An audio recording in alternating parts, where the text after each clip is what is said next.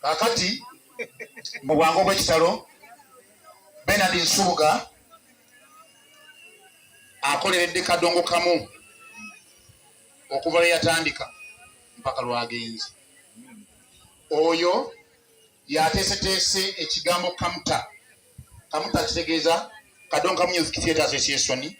Bwe tujja ekigambo ne kikifunza ne kiyitibwa kamuta. Ono yakiyiya era yawandiisa ekibiina kino mu bukulembeze kati buno obuliko oyo Bernard Nsubuga yabadde ateekateeka, yabadde manager w'amatendo gamba omuteesiteesi si manager naye omuteesiteesi mumutanya omuyiiza matendo bandi ne Buganda kikulemberwa Road Fred Sebatta bamwanjudde dda. Obudde nga bwe bugenze ennyo tetulinayo nsonga ndala nnyo wabula kadongo kamu eno yeeyamye ani senswa wali oyo ani senswa tetunaba kutegeera ani gwe tukwasa obubaka buvudde mu kadongo kamu naye bwe nva wano jangu mu maaso gange gwe ateekeddwa. Omanyi omuntu bw'afa ffe tuba tumanyi muyimbi oyo naye abeerako eyo gye yava n'abamuvunaanyizibwako. Bernard Nsubuga ono olw'okuba nti twakava mu COVID takoleddwa mikolo gye egy'obwa generaali mu kadongo kamu. Omuyimbi oyo ffe muntu bw'azaalibwa ene wammwe tumuwamba n'abeera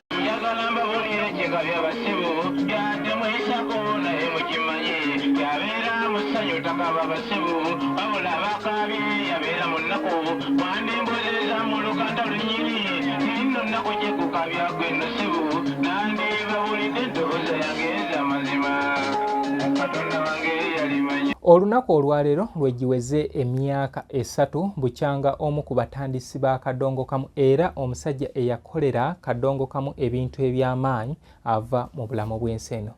Ssaalongo Bernard Nsubuga Ssemmango yafanga 7 Ogwokuna mu mwaka 2022 yafiira wali ewuwe mu maka ge egangu Busaabala essaawa zaalinga 4 ez'enkya.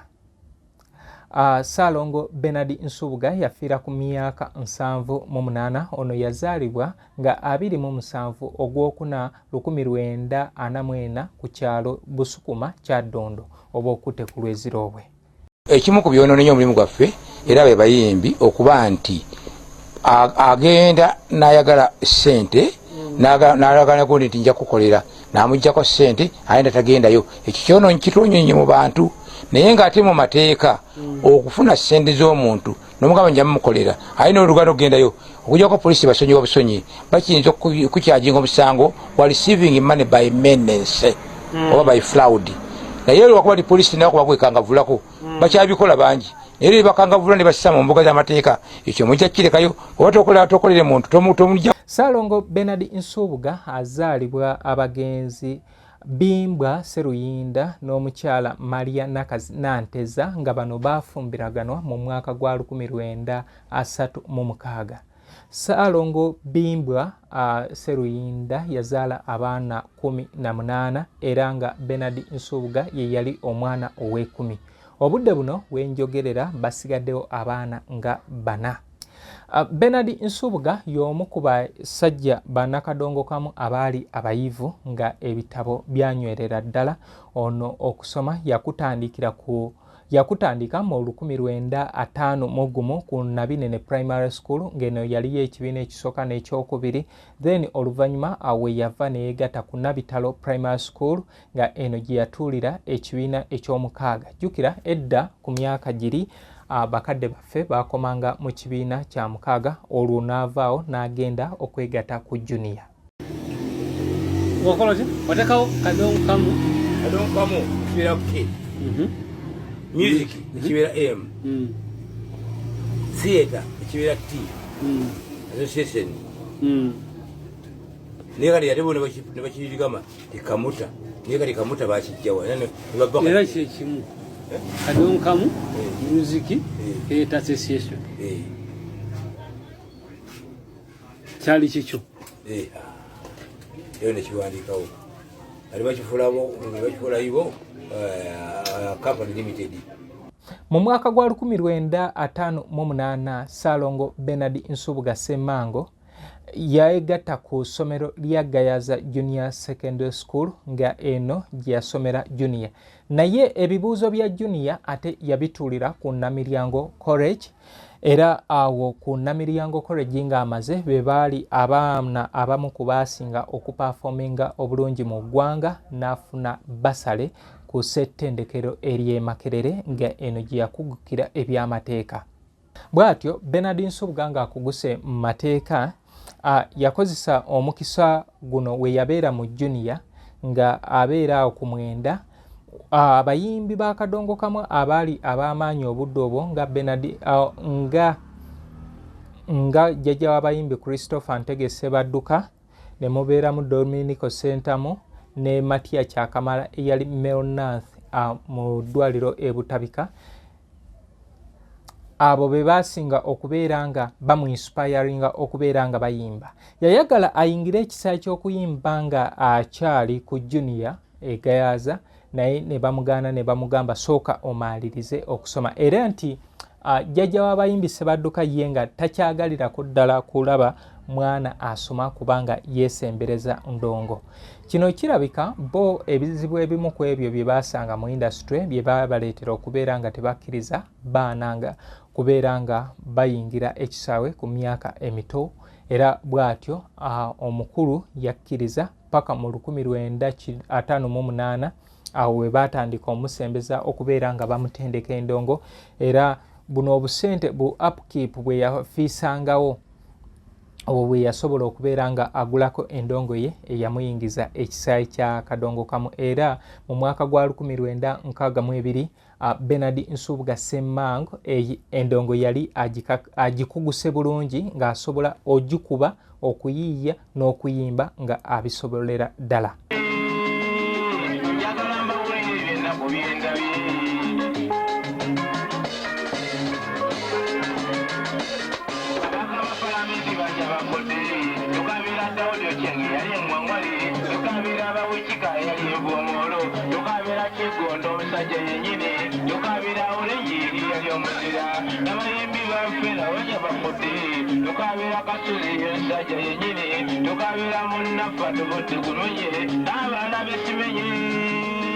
Abasajja baafa abaali abazira baatiri mu lumbe bonna amangumangu amazima bafa bonna ne bagwawo.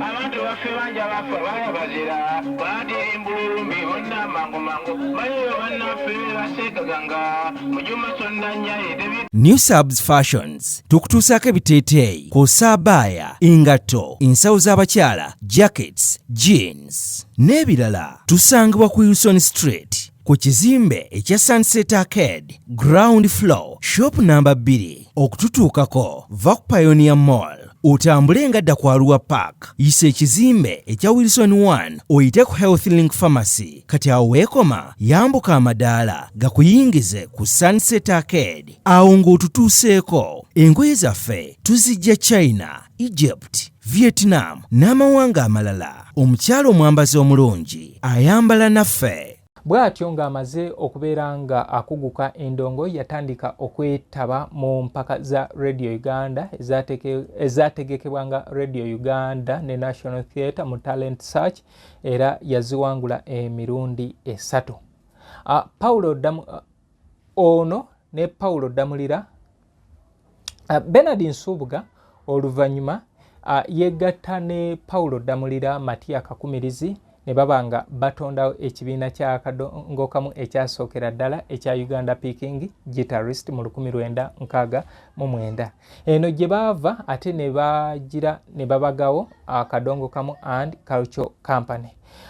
Bernard Nsubuga ono obudde bwe yabeerera mu kisaayi ky'okuyimba yali mu poliisi ng'akola ne Uganda Police, era kino nti kyamukaluubiriza nnyo okubeera nga akolera poliisi ate ng'ayimba, kubanga baalinanga okugenda e Kenya mu Kericho okurekodinga, ekitegeeza nga balina okuva kuno buli olunaku lwa Friday ate Monday n'emusanga nga ali ku duty. Kale bw'atyo era ekimu ku ebyo mu poliisi gye bamujjukirako nti yawangula engule ey'omupoliisi asinga okubeera smart enfunda ezawererako ddala.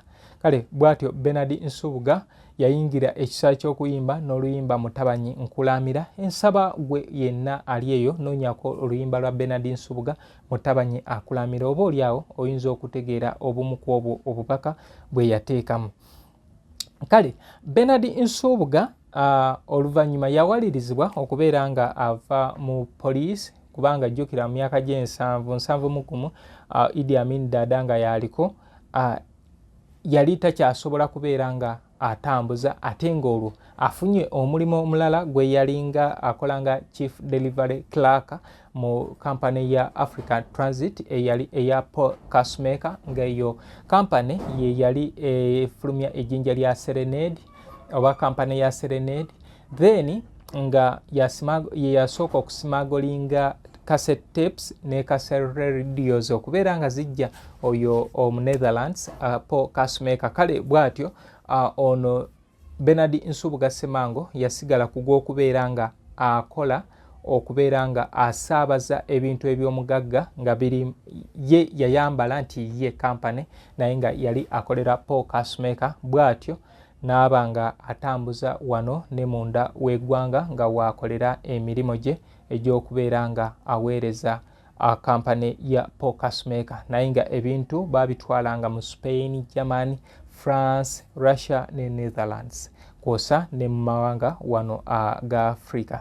Kati ono ebimu ku byoyinza okumujjukirako ye Munnayuganda eyasookera ddala okubeera nga ayogerera firimu, era kino yasooka nga ali mu kibiina kya Kampala Sound Guitarists oluvannyuma kye yafuula Buladde Film Unit, era nga yali akola ne mukyala we Grace Zawedde, nga waaba anaakola awantu wonna basooka kwogerera firimu nga ze zireeta abantu then n'oluvannyuma ne batandika okubeera nga baperforminga.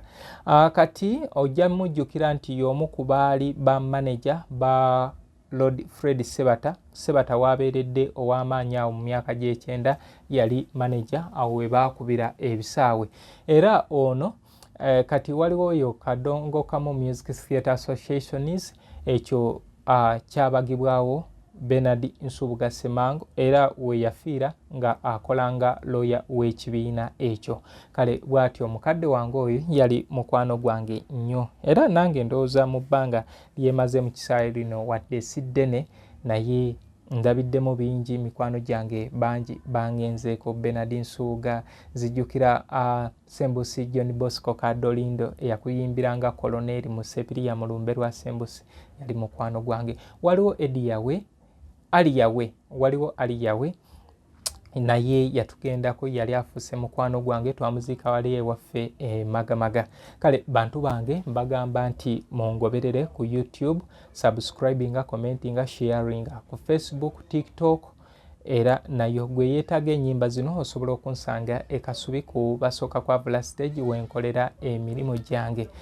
Kati waliwo abeetaaga okwambala, nkugambye nti gwe yeetaaga okwambala oba okwambaza, genda ku New Subs Fashions ku Sunset Arcade Wilson Street, ogenda kubeera nga oyingirawo mu Grand Level 2 awo edduuka erisookera ddala weewo woyina okubeera nga ogenda olabe ku byambalo ebiriko. Kati gwe eyeetaaga ennyimba nkugambye nti ng'oli muyimbi weetaaga ennyimba, genda mu Plan B Records, St. Michael Educational Center, bali Kiwanga Mukono, ne tubeera ne Twinex International wali Ebulaga.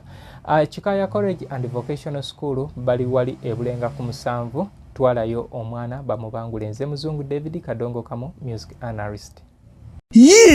Kikaya College School essomero eryegulidde erinnya mu kusomesa abaana ate ne bayita ssomero lya ddene boarding mix y'abawala n'abalenzi senior 1 paka senior 6. Balina library, science ko ne computer labs byonna bijjudde. Balina arts ne science subjects, co-curricular activities, ko ne section y'ebyemikono omuli okusiba enviiri, okukanika n'ebirala ebigwa mu kkowe eryo. Omwana n'ava ku ssomero lino ng'ali self contained. Kyewuunyisa ensimbi zaabwe ze zijja mu nsawo ya buli muzadde. Basange Kikaya Bulenga Mulaga Mityana Road. Okumanya ebisingawo noti 757 mukaganya M 57.